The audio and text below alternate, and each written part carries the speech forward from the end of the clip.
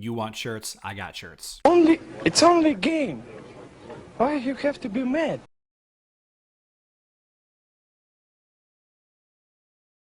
What is up, heroes of Dominion? My name is Charlie. This is Hero Wars Central, and this video is going to be about the support hero Jorgen and specifically how to counter him. Before we get into that, though, if this is your first time watching one of my videos, I like to do educational content for the Hero Wars and Hero Wars mobile game, specifically for newer players. And if that sounds like you, then maybe consider subscribing, leaving a like on this video if you find it helpful, and turn on notifications so you don't miss any videos like this one. So the first question that we've got to ask ourselves is, Jorgen as a support hero isn't necessarily going to make or break a team if you're going up against him. What I mean by that is he's not like a team combo like the twins or Kira Nebula, or maybe even Kark Faceless. You use him specifically to counter strong tank heroes, which I'll get into that in just a second. But the question you got to ask yourself is, the opposing Jorgen on the defensive team, on Arena, Grand Arena, Guild Wars, whatever, is that Jorgen the cause of you losing against that team? And that can happen in a number of different ways. First, let's take a look at each skill of Jorgen in turn. I know that these are pretty hashed out skills, but let's take a look specifically at why your team might be weak against an opposing Jorgen. First of all, you have the gray ability. The ultimate is Torment of Powerlessness. This is a skull that gets summoned to the enemy's front line, which would be your front line, which deals magic damage to nearby heroes, usually your tank and your warrior, or your tank and your first support, or whatever. In my case, it would be Astaroth and Kark. And affected enemies cannot gain energy for 9 seconds. So if you have a tank that is a very active tank, a very offensive utilitarian tank, and what I mean by that is a tank like Galahad, that most of his ability is derived from his ultimate, or a tank like Luther, that most of his skills are based on his jump, or maybe Cleaver, that a lot of Cleaver's utility is based on his hook, then this skill in particular is going to impact you and your team, especially if that tank is an integral part of your team. If Luther jumping to the other side of the enemy's lineup is a big part of how your team wins, then Jorgen is going to affect you. My Astaroth, his ultimate is the area shield for allies, and while that is beneficial, it isn't necessary for my team to survive. It's definitely, necessary for my team to win. It is helpful to survive, but not necessarily to win. The second ability is a shield for the enemy team, so that really doesn't affect you too much. However, it will absorb damage until it is destroyed. So if you don't have a team that does area of effect damage like the twins, like Kira, like Kark, then this could affect you. This could affect you, but this is one of the least counter necessary skills that Jorgen has. Next, we have the leper ability, and this is the curse that redirects all physical damage to the rear of your team. So Jorgen curses everyone on the enemy team, which would be your team, making the furthest enemy the target of the curse. Physical damage taken by heroes on the enemy team will be redirected to the target of the curse for 10 seconds. So this ability, this blue ability, will affect you and your team if you have a squishy rear hero. And what I mean by that is if you use Faceless in the back, if you use Helios in the back, if you use Jet or Dorian, or there's a number of marksmen that can fall in the back. There are also quite a few mages and healers, such as Thea, Lars, that are also going to be in that rear line that are very susceptible to this curse. So, yeah. If you have a hero that isn't quite leveled up yet, your armor isn't quite there, the health isn't quite there yet, then Jorgen could tear up your rearmost hero, especially in conjunction with like Jew or Elmer, because all of that physical damage gets pushed right to the rearmost hero. A lot of teams are using Martha, so this skill on the opposing Jorgen is less impactful.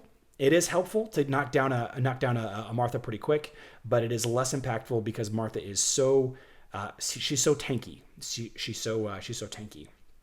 And then finally, you have the Violet ability, Tainted Wounds. This is a lot like that Gray Ultimate ability in that it impacts the the front line of your team. So if you have an active tank like a Cleaver or a Luther, maybe a Chaba that swallows the enemy team, the enemy's first player, then this will really, really impact your team. So once you take a look objectively at these skills and decide whether or not these skills are affecting your team, you can start to make changes. You can start to make a little bit of changes. If you're running an active tank and Jorgen is shutting down your team, then maybe you swap out a tank. Okay, maybe you swap from Galahad to Astaroth for that fight. Maybe you swap from Cleaver to, I don't know, Ziri for that fight, right? Ziri's big utility comes from her high health and armor. Her berry, burrow ability, whatever, is not her ultimate ability. So that would help mitigate the damage that Torment of Powerlessness and Tainted Wounds will do. If you tend to have a weak backline, again, with, from Leper, from that blue ability, the rear line curse, there's a number of different things you could do. First of all, you could put Martha in the back of your team instead of whatever squishy healer you have, pushing that rearmost hero forward. You can put in another, more tanky hero in the back to kind of counter that a little bit. You can also run Sebastian, and on mobile, Sebastian's Ballad of Tenacity will shield your team from curses, which Jorgen's ability is a curse. Okay, and on Facebook, the ability is called Ode to Serenity, and it removes all debuffs, not just curses on Facebook. So you could run Sebastian to block the curse, which is pretty helpful, pretty effective in blocking those curses. You can also, to a lesser extent, get away with using Nebula. Nebula's Serenity ability will remove negative effects. So if Nebula is close to the rear of your team, then you could remove the curse. Okay, pretty effective there. And if that hero in the back is the lowest health ally, Celeste's Purifying Sphere will also clear and block all negative effects on that ally until the sphere disappears. So you can kind of change around your team a little bit using some of these heroes that I suggested, or you can go on offense with Satori. Now, Satori is an interesting hero. He's a mage. He's very niche, and one of his abilities relies on all of his abilities, for the most part, rely on applying these Foxfire marks to the enemy team and then doing massive, explosive, spiky damage to single target enemies. And the Violet ability in particular is one we want to care about with this anti-team composition in mind. The Imminent Reckoning ability states that Satori will apply 9 Foxfire marks to enemies each time they gain bonus energy.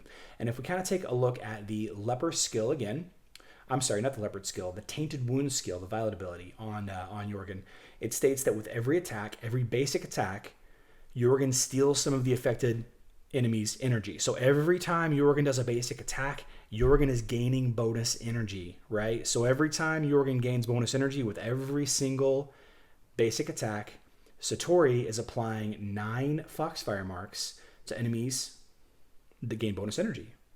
All right. And then whenever Satori files off his ultimate Ravenous Pack, he does massive damage based on the number of Foxfire marks to the enemy. In this case, it'll be Jorgen, and Jorgen will be dead very quickly. Jorgen, so long as you can keep your Satori alive, that's the best way to counter Jorgen. So a couple of different ways you can go about countering Jorgen if you feel that you need to. That's the first thing, is deciding, do you need to counter a support hero? Do you need to counter this support hero specifically? And if you do, you want to change maybe your tank, maybe change your rearmost hero, maybe add one of these support heroes, either Sebastian, Nebula, or Celeste, depending on where they fit in your lineup. Or can you fit in Satori?